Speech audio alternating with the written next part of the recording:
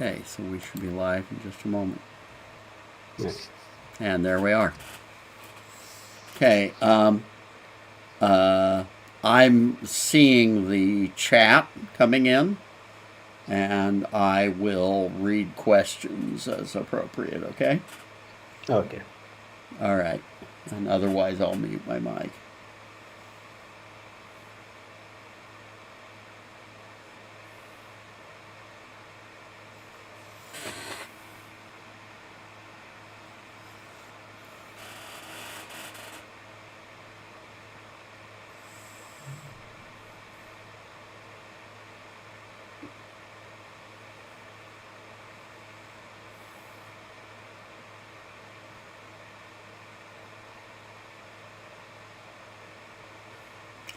How have you been this evening? I have had a good day, and also the evening is coming in well. How's your evening? Okay. If you can pull your chair forward, you'll be a lot more visible once you start the Sorry? presentation. If you just lean forward for as long as it takes you to kind of introduce yourself and kind of get Okay. started until you push the present button, I think we're in good shape. Okay. But you're pretty foggy if you go all the way to the back. Okay. Whoop! Oh, that's the attorney finger. Yeah. Okay. Hello. We've got 4 viewers already, and we're actually a minute or two early. Don't give up hope. TF2266 says, I'm here to listen. I'm giving up hope. You shouldn't give up hope. There's lots of good ways to get out, and we're going to keep educating people about what those are and till everybody's out. Um, so, and we'll be starting in just a minute. I want to wait until the official time, and I think I'll give it one more minute for people to trickle in. I'm just having regular breakdowns. I'm on disability. I don't think anyone will take me. I've had really bad PTSD from being a child. Yeah. We are going to have a special section on disability coming up on the 25th. Hope is a place near Vancouver. Hope is a place near Vancouver. So, all right. Well, hopefully, some hope is a place near Nairobi this evening. Our presenters. Our presenter this evening is Simon Naganga. Simon is our corporate attorney, and he'll be talking about immigrating to Canada. So, with that, Simon, take it away. Hi, everyone. My name is Simon Nganga, as introduced. I'm a lawyer based in Kenya, and I have a special bias towards immigration. And today I'll be taking you through the immigration into Canada. I am just going to present my screen in a quick minute. And as I do this, I think it's good to mention that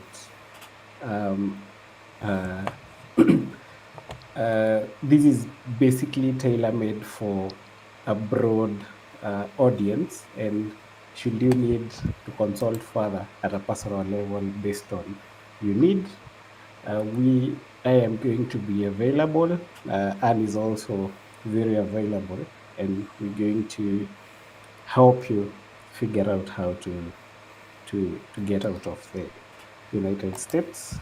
And without further ado, I am going to begin my presentation.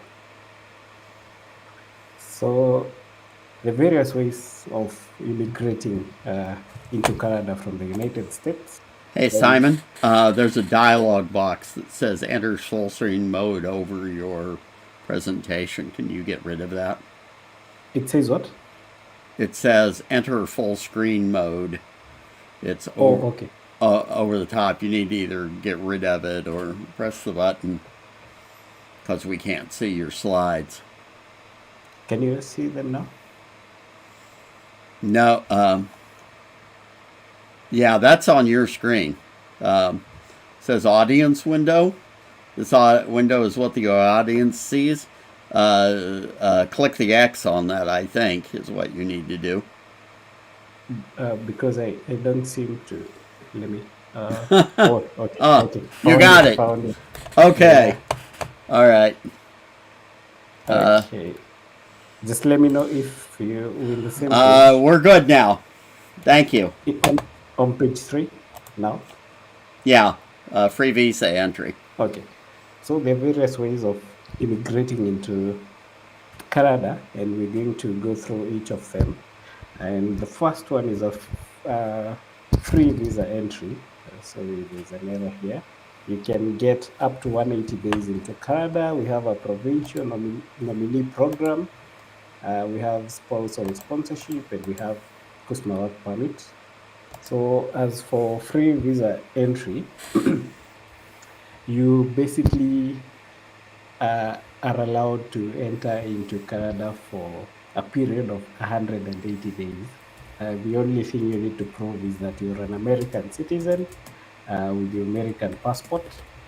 The immigration officials, we have the discretion to choose how many days to give you. They don't really have to give you a maximum of 180 days, and the number of days they give you is basically informed by the purpose of your visit, the funds you have at hand, and whether they can take care of you in Canada for whatever period is granted. And when you are inside Canada, assuming you're given, for purposes of this discussion, 100 days, before the 100 days come to an end, you don't want to leave Canada, you can apply for renewal of that of your stay in Canada 30 days before the 100 days lapse. So that means on the 70th day is the last day you need to make an application to extend your stay in Canada. And this is basically done through a visitor's record where you complete a form. The process is actually, you can do it online, and it's basically extension of your visitor's record.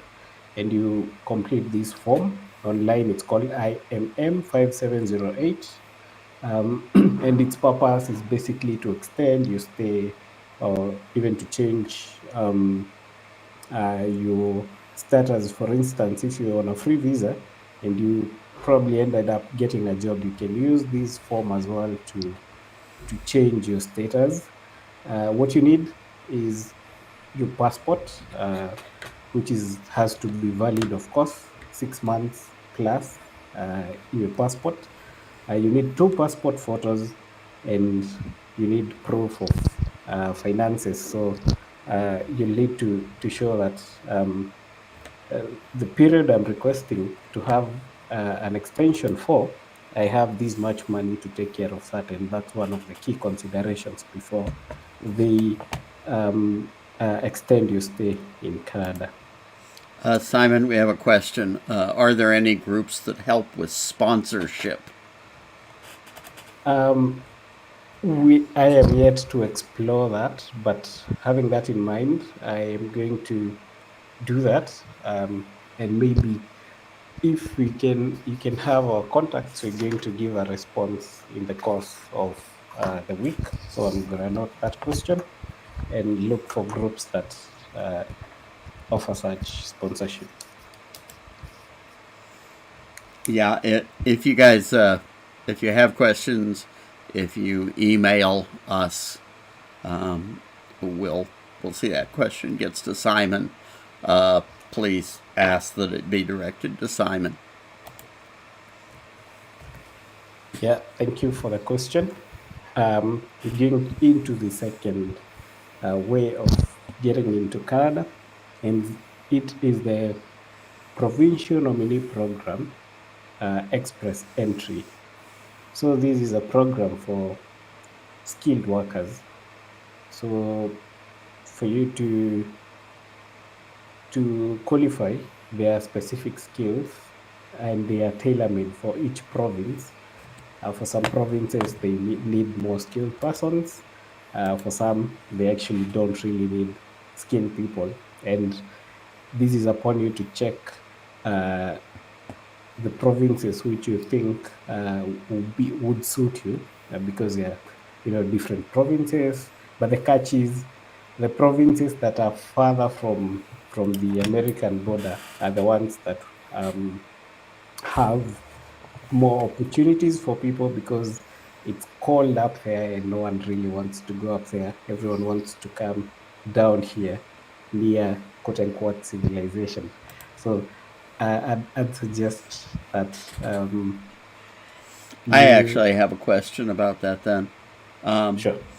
So, does that mean that it's an opportunity for people who might have? So, what kind of skills would be required to get a job in Nunavut? Okay, okay, To get okay, a nominee entry in Nunavut? okay. Thank you, thank you. For you to get a nominee entry, some of the key skills required are in healthcare, engineering, and agriculture as well. Those are some of the key skills required. But nonetheless, in the website, they talk of about 60 skills, and maybe you can just check to see if they're specific to the skills you have. So you need to check the IIRC website, which is the Immigration, Refugees and Citizenship Canada website. So you create an express entry province, then you select a province of interest. So from the province of interest, you'll see whether they actually need your skills. Because, for instance, if you're a healthcare worker, one of the provinces, say British Columbia, would need healthcare workers. Yet another province like Nova would probably need agricultural workers. So you have to check with the province first whether they need your skill before you choose that province. Then you make an application for nomination. And once you make an application for nomination, the province, if indeed they need your skill and you're skilled enough, they're going to grant you 600 points. With these 600 points, you make an application for invitation to permanent residence. With the points, you have a higher chance of being invited for permanent residence. Nonetheless, I'll have to say that this is not really an option for someone who really wants to move out urgently, unless you're doing this once you make an application for Hey, getting Simon. sure. Yeah. Finish your thought, and then I have a question. Okay, okay. If you're in immediate danger, which is the case right now for most Americans, if not all trans-Americans, you can probably make such an application after you've gotten into Canada for using your free visa entry. And hopefully, based on the provinces, your application gets considered.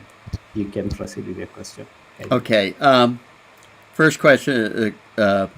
There are some work programs for the less desirable provinces, for example, Atlantic Canada, which are still not so terrible to live in, but you Yeah. need sponsorship from a company. Wondering what Simon thinks. Okay, we're actually going to get to the requirement for sponsorship by companies. That's also one of the options of getting into Canada. So, hold that thought. We're getting there, and I'm gonna respond to that one Okay, later. I've got two So, more. sure. Second is Rachel asks suggestions on finding employers willing to sponsor beyond the job bank. I'm in a specialized industry and haven't found jobs in my field on the job bank. Traditional Mhm. search methods aren't working. Okay. Maybe I can pick that at the end of the discussion as well. I have it noted. Could you bring in the other one? Yeah, can you explain in general what jobs are under which TEER categories? Okay. Let me pick that as well at the end of the presentation.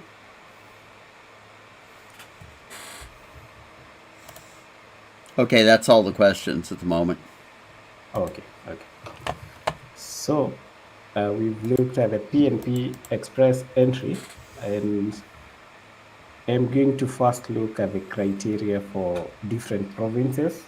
But for entrepreneurship option, I selected uh, two provinces, and I thought based on their criteria, they are less strict, rather they are less bottlenecks as compared to other provinces. Even though I didn't look at all the provinces, but these are the two which I think um, would suit an American person. And I'm going to begin with British Columbia. And for entrepreneurship immigration, we have two categories: base stream and regional stream. As for, I'm going to start with the regional stream. So the Hey, Simon, requirement is, I sure. got another question coming in. Okay. So, question for Simon. Can the requirements for a spousal sponsorship, except for getting a passport, be done entirely from within Canada? My U.S. Canada dual citizen spouse, U.S. citizen only, wants to know. Yeah, Or you can. fiance, I should say. By spouse, they're actually talking about their fiance. Okay. If it is fiance, you can actually do it from inside Canada, and the requirements are basically more or less the same. You just need to be on, your immigration status have to be present for you to make such an application. So yes, you can do that from Canada. And back to my presentation, I'll begin with regional stream, which is the second um, under the entrepreneur immigration. So the requirements are: you need a minimum net worth of 300,000 Canadian dollars. Then you need to invest at least 100,000 Canadian dollars in a business. So for this category, the business has to focus or target on specific communities within British Columbia, and you have to at least have one job for a Canadian in that business. Some of the areas where you can invest in, the businesses you can invest in include tourism related businesses, healthcare related businesses, technology and innovation, food and agriculture, as well as retail services. So the catch here is you need to focus on a community within British Columbia. As for base stream, the only difference is that you don't need to focus on a specific community. All you need is a net worth of at least 300,000 Canadian dollars. Invest 100,000 in a business, and create at least one job within the community. And it has to be in tourism, healthcare, technology, agriculture, food, or even retail services. So that's the catch with British Columbia. Pretty uh, easy, or rather pretty reasonable requirements to start a business in there. Secondly, we're going to Nova Scotia. And Is there a Simon, question? I got another question. Sure. Yeah, this one is my about descent. My grandfather was born in Canada. Are they going to change the new law so I can become a citizen? I'm just really looking for ways in. And that's from TF2266. Okay. Could the person who asked that question send it to Transrescue's email, and we're going to follow up on the history, and then give a proper tailor-made response to that question. If there's not a question, I'll proceed. Nova Scotia. PNP entrepreneur stream. This is, as I said, tailor-made for entrepreneurs. So the eligibility, you need a net worth of 600,000 Canadian dollars, invest 150,000 in a business. Then for experience, you need 3 years as a business owner or 5 years in management. In managerial level in a business, and that has to be within the last 10 years. Then you need to own at least a third of that business. And for eligibility, you need to meet language eligibility is level 5. So how you make an application is through an expression of interest, and you need to score at least 150 points. Basically, this is done online within the IRC website.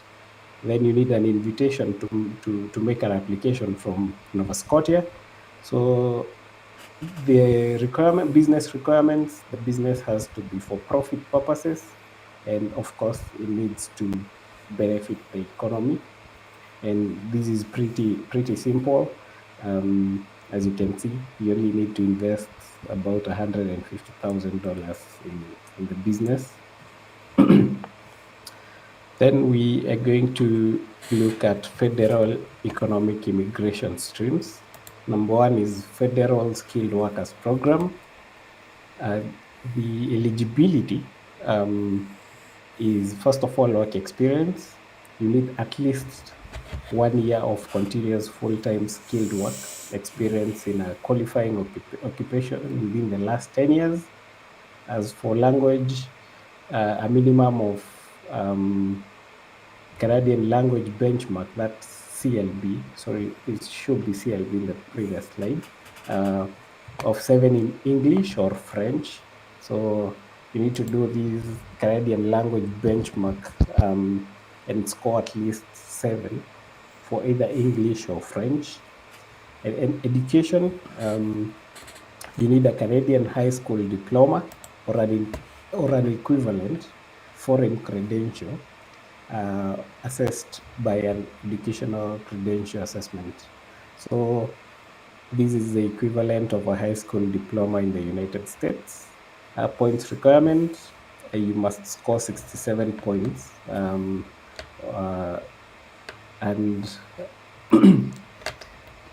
And these points are basically defined by factors such as your age, your education, your work experience, adaptability.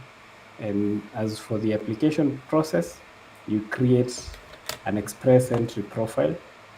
You submit a profile to the express entry pool. Then you receive an invitation to apply. Then the high-ranking candidates are invited to apply for permanent residency. When you reach a stopping point, I've got questions. Simon, Okay. can you see me on your screen? Not really. Okay. Can you see me? It's fine. I just wondered if I could just give a hand sign, but when we had questions, but yeah, Get to the end of your slide, and then we'll take questions. Okay. Okay, sure. So once you receive the invitation to apply, based on the score you get, you're supposed to make an application within 60 days of receiving that invitation to apply. So this is pretty easy as well. Basically, you only need a high school certificate, a high school diploma, and as for the points, it's only 67 points, and language proficiency as well. It's 7 points for either English or French, and only 1 year work experience. Yep. So you can bring the questions. Okay. Rafe asks, it's fine. Let's hear. It's fine to wait until he's going through. However, does Canada have the equivalent of W-2 or full-time and 1099 contractor? Those are tax statuses in the U.S. And if so, does the difference matter for this program? Could you copy that question and send it to me on Telegram kindly? Yeah, let me see if I can.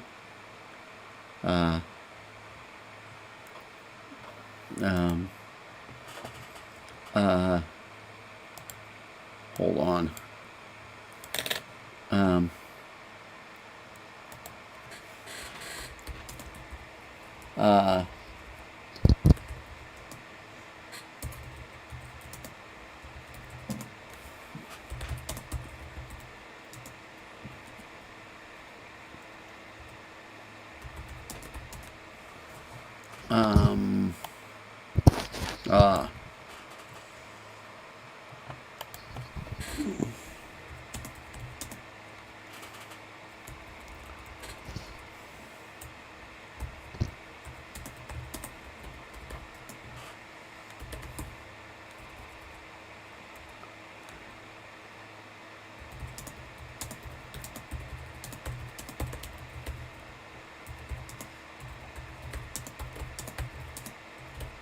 Actually, I just did it.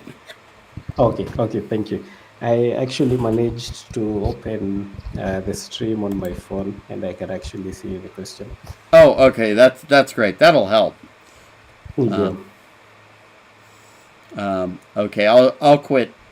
I'll quit reading the questions then, and you can take them as you want to, and I'll just be quiet. Okay.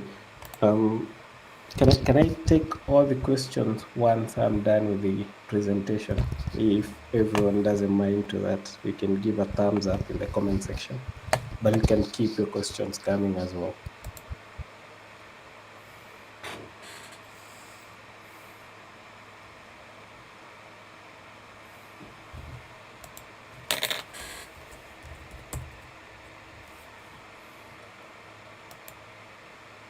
Okay, thank you.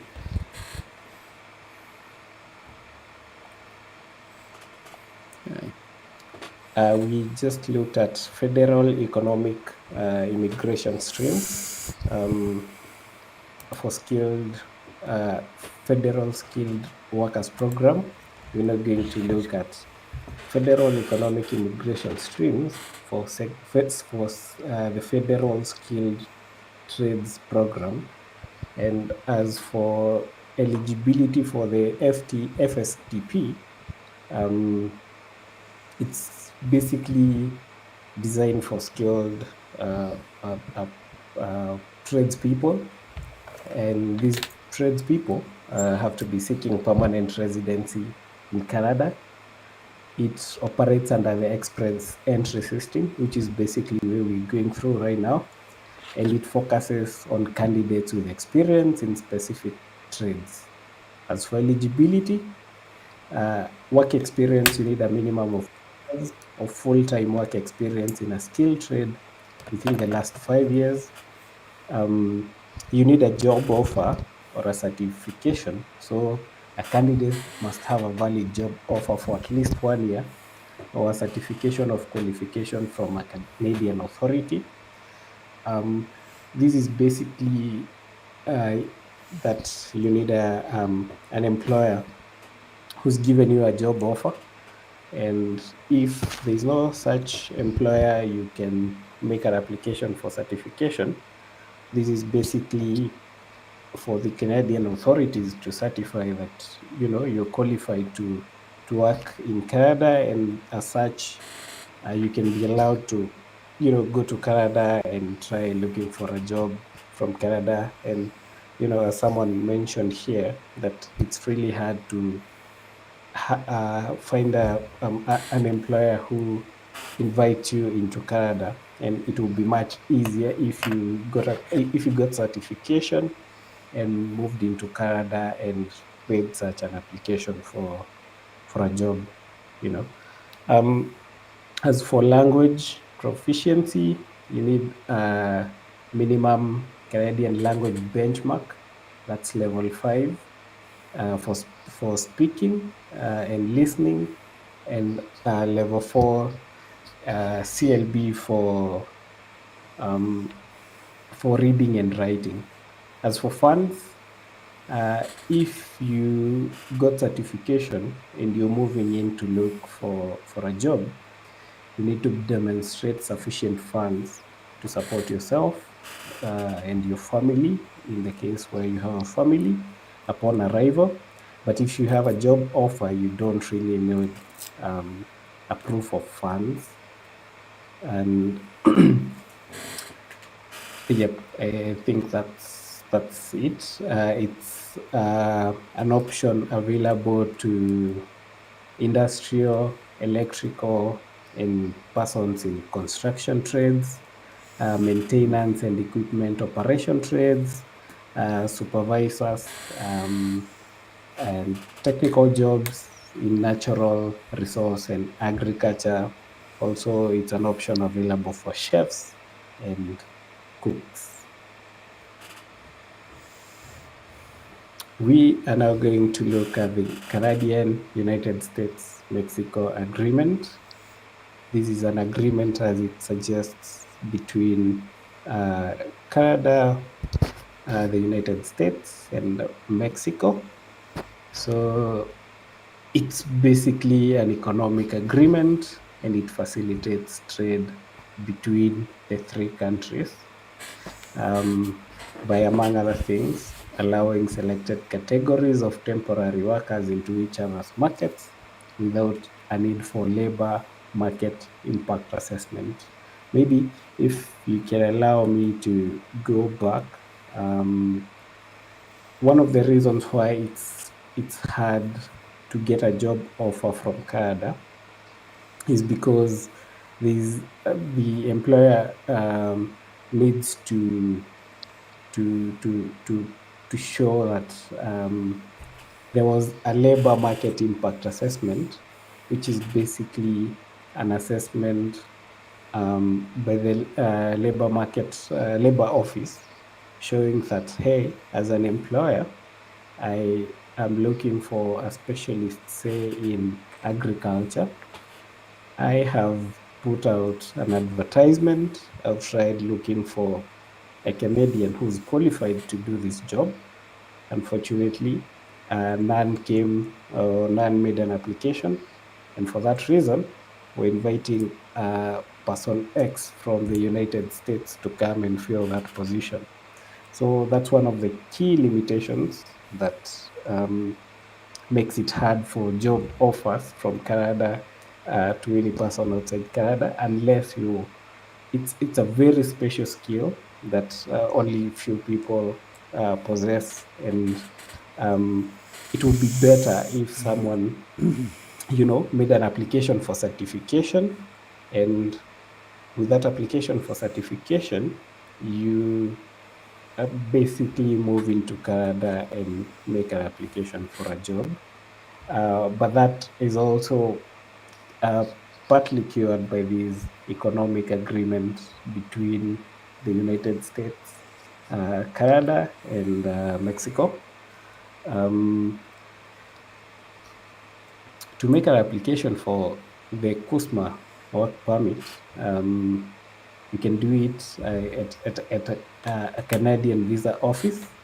And what you need is to gather documents. Some of the documents you need is a passport, of course, proof of citizenship. You have to prove that you're either an American or a Mexican citizen. And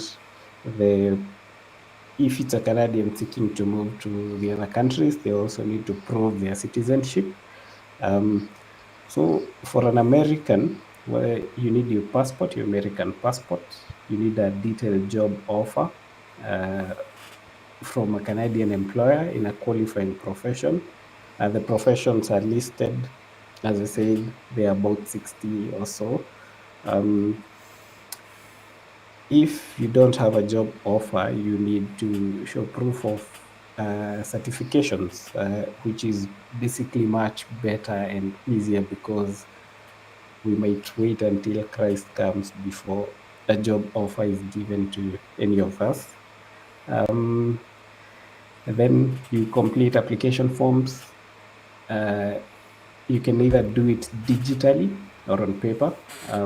Then once you complete the forms, you submit these forms together with the documentation required. Then you wait for assessment. So immigration officials will assess your job offer, eligibility, and qualification. Then you'll receive a notification about whether you've qualified or not. The permit, the work permit that is allowed under this KUSMA program is for 3 years, but can be extended. And it can also, applications can be made at Canadian ports of entries. What we just went through is professional eligibility. Basically, you need to be a skilled worker, and you need either certification or a job offer. Then you make the application as we have discussed therein. Then I omitted spousal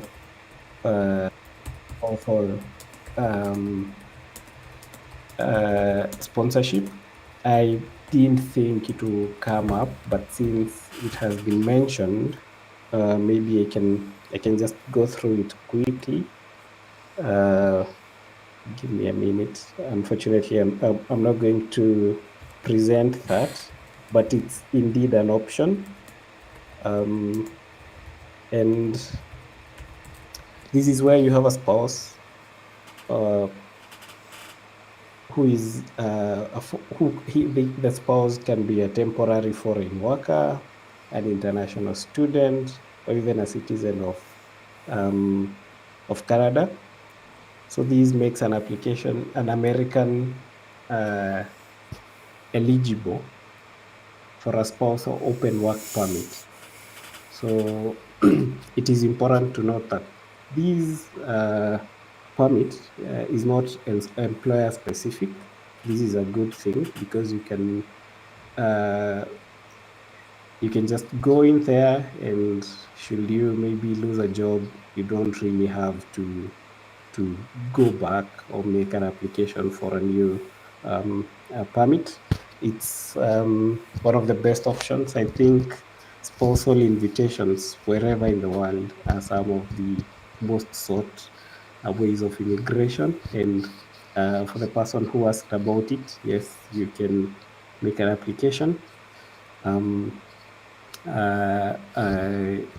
to move into Canada. You can actually make an application from within Canada.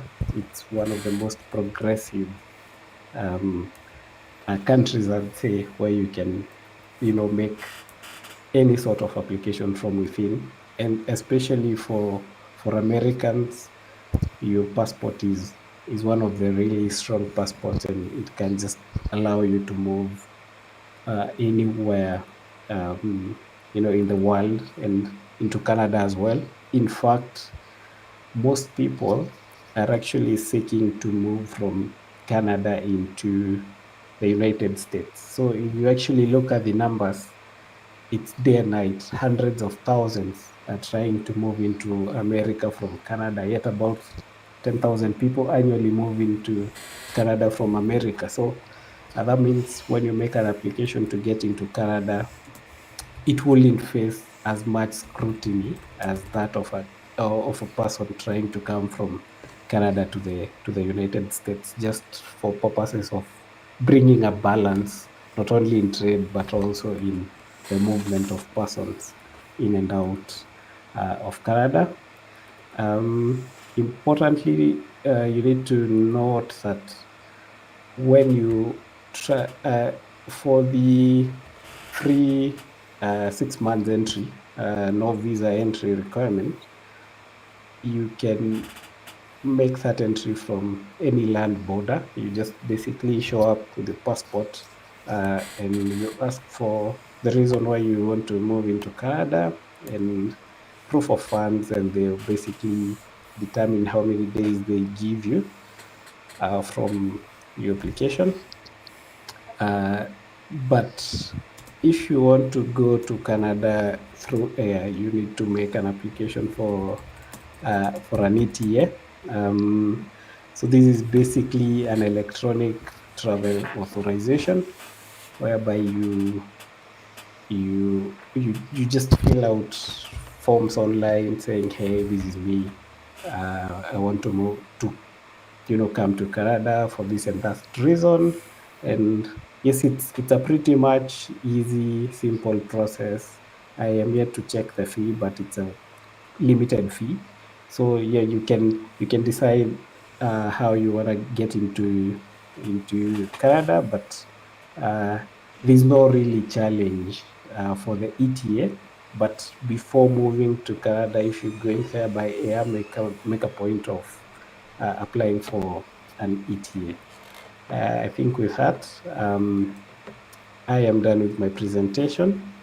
Nonetheless, I am going to look at the questions, and also these, as I said while I began, this was tailor-made for purposes of an introduction into the whole immigration into Canada, and as such, for personal and tailor-made solutions, please reach out to our emails. We are very much available, and we're going to give you solutions and options on the best ways to immigrate. In fact, I saw someone in the comments saying that they actually open into moving into Spain and any other country. So we're going to help with all that, but we of course we have a special bias towards Canada because it's easy to move into.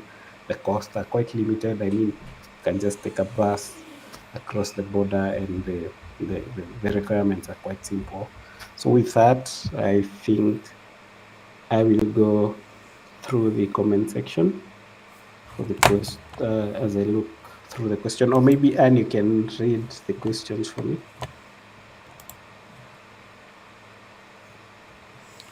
Okay, I'll read the questions for you.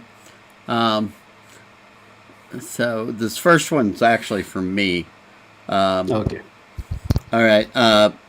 Under the Kuzma visa, as I understand it, can I go to Canada on a visitor visa, search for work? You said, well, it's hard to find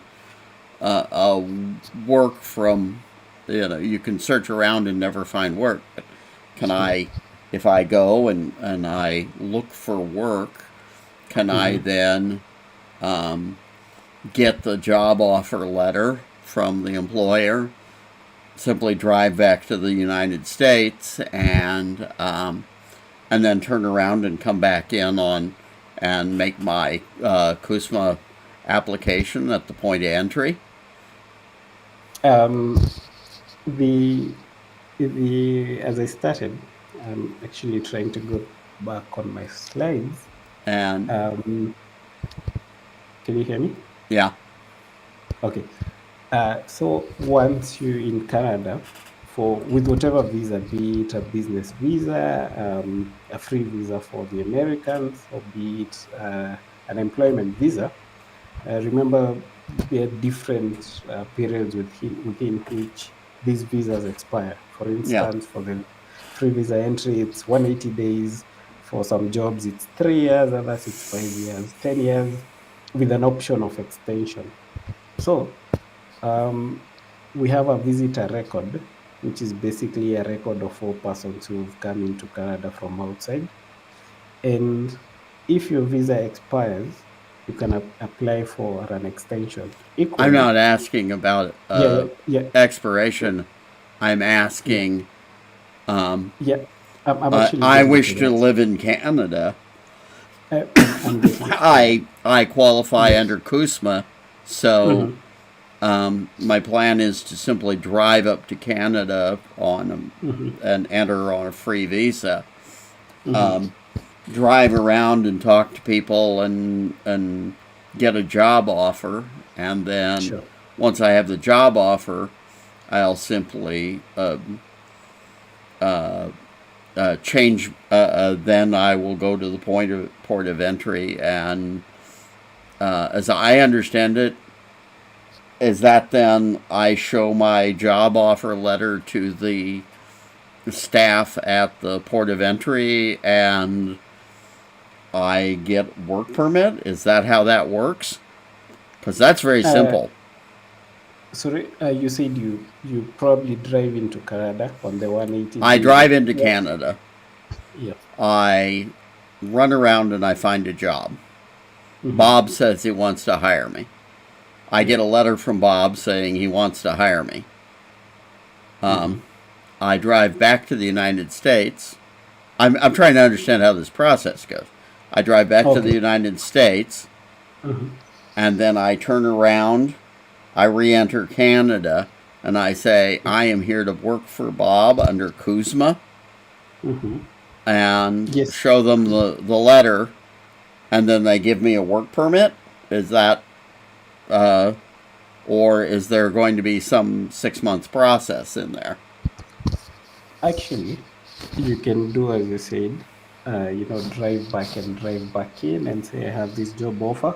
Equally, the form that you use to extend the visa, the form INM5708, is also used to change your status. For instance, if I went in on the free 180-day visa and Bob offers me a job, I can use this form to make an application for a change of status, basically requesting for an employment or for a work permit and work visa on the basis that I have this job offer from Bob. So yes, you can either drive back or equally make an application online with the requisite documents, that's your passport photos, and the proof of job offer. I must say it's basically any skilled job. So if I'm a florist or a plumber, Mhm. does that qualify? Yes, it does. Yes, it does. That's fantastic. Um, okay, that seems like an incredible option. Yes. Okay, let me go on to other questions. How long do you need to work in one province to be able to move to a different one? The thing with getting a job in a province is basically once you're inside there, you can sort of switch jobs. You can sort of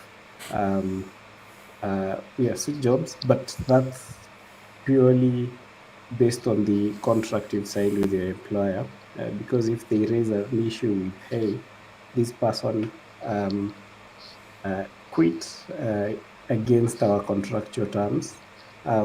So to be on the safer side, let's say a year or so. If your contract ties you to 3 years, then the 3 years. But equally, you can agree on.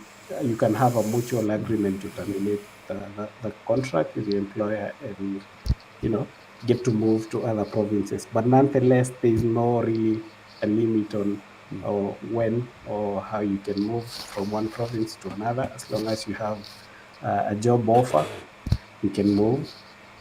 If your visa ties you to that province, you can make an application for change, as I said, from using the form IAMM, and state the reason for the change. If you have a job offer, show that job offer, and yeah, all that. Okay, groovy. Are there any opportunities for Americans to get a visa for schooling / education / apprenticeships in fields that are in high demand in specific territories of Canada? Yes, Canada has, it's a highly sought after destination when it comes to schooling, education and such related visas. In fact, as of this year, they were trying to limit the number of students, international students, who can move to Canada, because basically everyone in the world was trying to go to Canada for schooling and all that, and they're basically trying to make the rules more stringent. Nonetheless, there are, of course, opportunities for Americans who intend to go to Canada for studies, but the challenge is on the funding, because they kind of want to put on a higher threshold in terms of the amount of money you need to get in there. Nonetheless, there are school-based programs, there are government programs on scholarships, and it will be good to explore such in such high demand professions. So that's a thing to look at. It's Okay. province specific. It could be province specific or state based, but if you're doing it on a self sponsorship, might be too expensive, and the requirements might not be as stringent for an American citizen, of course, as they will be for a Kenyan like me. But it's a nice area to explore. Next question. When my fiance enters Canada, would staying with my fiance's family, intending to apply for sponsorship, be a valid reason for entering Canada? So, if I get the question right, are you staying with your fiance's family in the United States? Or Alexis says, when my fiance enters Canada, would staying with my fiance's family, intending to apply for sponsorship, be a valid reason for entering Canada? could she maybe, the question sounds quite ambiguous on my part. I'm finding it hard to explain, to understand it, or maybe you Okay, can explain. maybe Alexis can give us a bit more info. Sure. She continues with the second question. Also, are there any possible tax or legal hurdles for me as a dual citizen looking for remote work in Canada while temporarily in the United States? As regards remote work, I have not looked at the tax requirements for the United States, and I understand the question is probably on double taxation, where your work is taxed in Canada because you're working for a Canadian country, but remotely in the United States. Maybe Alexis, you can send an email on that, and I'll follow up with the response of the same. Okay, Rachel asks, or comments, this is a good overview of the programs, but it's not easy. We've been trying for more than a year to get in via express entry. and the eligibility challenge is finding a willing employer. How do you find Bob? Yeah, Rachel, I actually agree with you. For the express entry, you really need to have a special skill, and also for employers are making the application for labor assessment. It's not an easy task. First of all, it's expensive. Secondly, it's time consuming because they have to show, hey, we can find someone in Canada to do this. Equally, it takes quite some time as the labor officials um, assess, that position given by an employer on, is it really true that there are no Canadians who can do this and all that. And that's why we've been saying that application for certification, whereby you get your papers certified and move into Canada to seek a job, are much better. Or equally, you can move in on the free visa and try find Bob from within Canada, because it's proving hard for Bob to find you from outside Canada. Josh asks, does Canada have a rentista or digital nomad option for remote workers that have jobs in the United States that they could do remotely in Canada? Is that an option in Canada? Hi, Josh, how are you? I have actually not thought about looking on the rentista or digital nomad visa for Canada or the United States. Actually, when I have been doing my research on digital nomad visas, I have had a bias towards, cheaper countries where you can move into and um, I get to save some coins as you do your digital work. And nonetheless, Josh, please, tomorrow I'll give you a response on the rentista and the digital nomad visa for Americans intending to move to Canada, kindly. And also I can give you an overview of various other countries which you might find interesting that have together with Anne, we've had an option of looking at them. So yeah, that's a good question.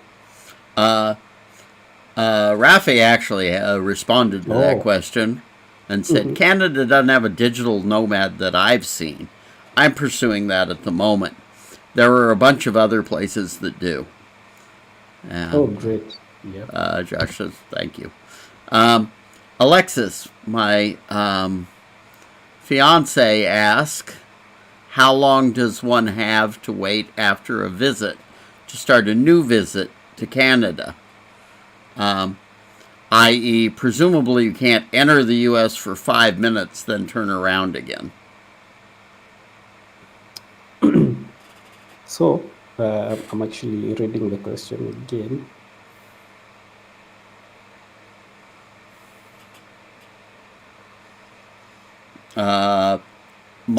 You Oh, want me to read it again? yeah, sure. Okay. My fiance asks, how long does one have to wait after a visit to start a new visit to Canada? In other words, presumably you can't enter the United States for 5 minutes, then turn around again. Yep.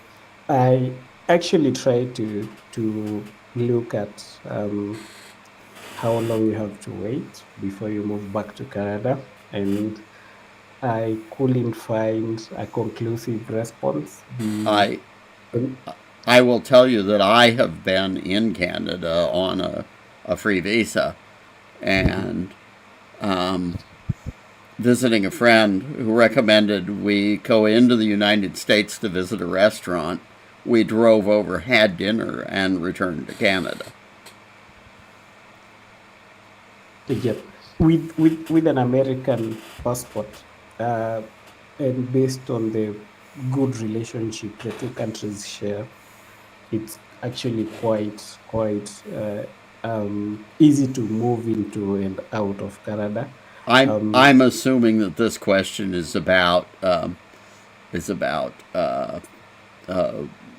permanent visas rather than tourist, because tourists I do know for sure on the free visa, you can just come and go as you like. And yes, it can be 5 minutes if you can literally drive down and turn around.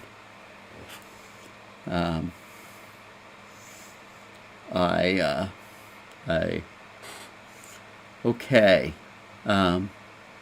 Rafi says, math has screwed my like everywhere for education or masters. I don't have calc or pre-calc because I took industry-specific stuff. It's quite annoying. Alexis explains that she would be staying with her family. Some of these are honestly more conversation than somebody says they're looking at Spain or yes. Costa Rica as a digital nomad. Yes, Costa Rica is a good choice as a digital nomad. Yeah. In fact, just to follow up on what Rafael is saying, for digital nomad or rentista visas, it's quite advisable to choose, a quite mid-level country where the expenses will not be as high and the requirements are equally low in terms of getting in there. And Costa Rica is a good option. Spain is equally not a bad option as well. So some countries in South America are equally worth looking at. Central America as well. Are countries worth looking at, and you have the best experience if you go there, especially on a digital nomad visa, which is quite open for anyone because you only need to prove that you actually work in the digital space, and the requirements on finances are pretty low. For rentista, it's good for person who's retired or was some sort of investments within their home country, or maybe they want to invest in the new country. So yeah, they're good options. Alexis, you might want to write to us and ask us your question in an email. It sounds complex. Let's see, we got more comments. We looked at, Rafi says, we looked at Uruguay, but I couldn't take my spouse. That's for a digital nomad.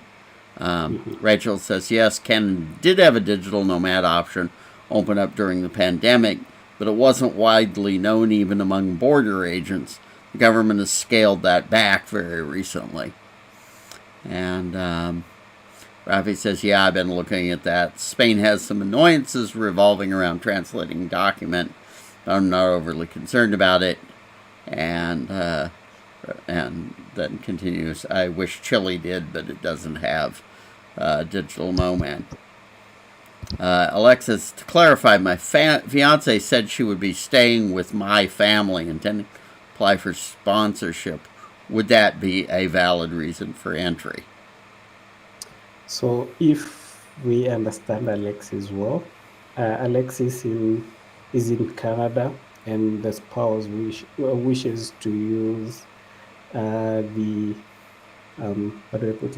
fact that she stays with Alexis' family to make an application for a visa. It's becoming quite tough to interpret Alexis' question. Maybe Alexis, you could send an email. Yeah, Alexis, I think an email's good. There's a question by Rachel. I think you're better placed to answer that. Who does Canada consider eligible for asylum, and what is that process? Would LGBT people be considered eligible? Basically, no. Canada, well, not from the United States. If you are from Somalia and you are LGBT, certainly Canada will consider you at risk. If you are from the United States and LGBT, Canada will not consider you at risk. they have a formal safe party agreement with the United States, and beyond that, honestly, conditions in the United States are certainly worrying and dangerous, but they do not rise to the level of supporting an asylum claim. You cannot claim asylum as an American anywhere. I mean, you can claim asylum, but you will not be successful in the end.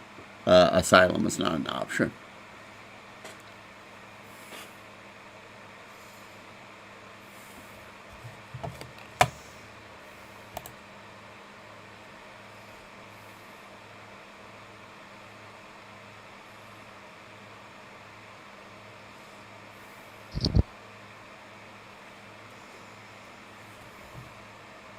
Okay. I think you're muted, Anne, on your end. I am. I was kind of waiting for. I think that's kind of the end of the questions. Do people have more? Please enter them now, or otherwise, I think we're coming to the end. Yep. And I want to also- thank everybody. Oh, go ahead, Simon. Sure. To the participants and to any person who intends to move into Canada from the United States, please drop us an email, and we're going to offer a personalized, tailor-made solution for your case. And also for the digital nomad visas applicants, the rentista visa applicants, and any other options you have in mind, drop us an email and we'll be happy to respond. And thank you. Thank you so much. I should say we do have a rentista visa section coming up at some point. What is anything is missing from the process? Seems like work visas is the most plausible way from the U.S. to Canada. So maybe something to help find employers. So we've got one more question here. And it's kind of, probably it's a good question for me. That's true, and honestly, I think that's a normal employment process. Although I think there's space for trans people to start building facilities like kind of a jobs board for employers looking for people with skills who would be interested in hiring trans people leaving the United States, and trans people in the U.S. looking for jobs. I think there's, but otherwise, I would say probably going is the best way to do it.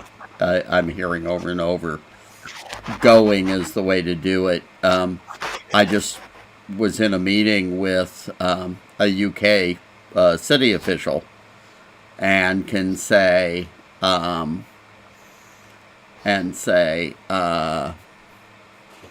Neil, one possibility is if you're interested in that area is to go ahead and do it, and then kind of use our visibility, etc., by kind of doing it under our umbrella. Would be interested in that.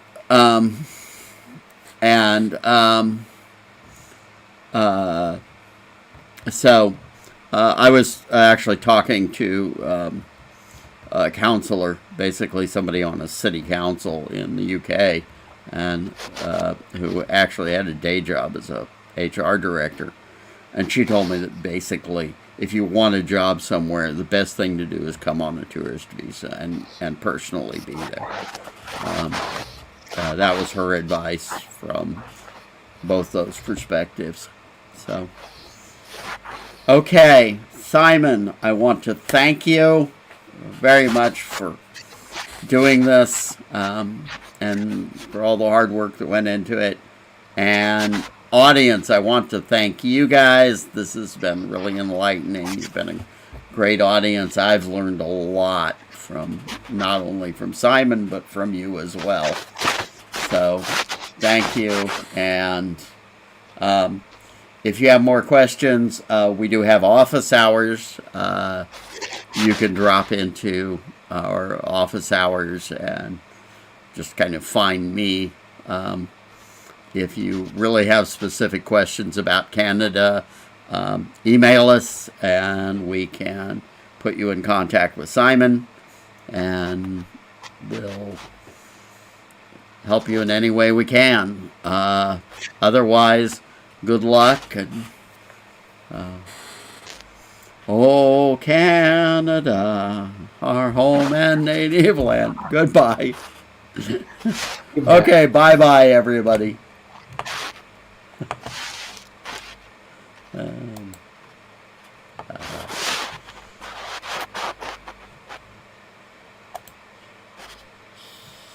Sand.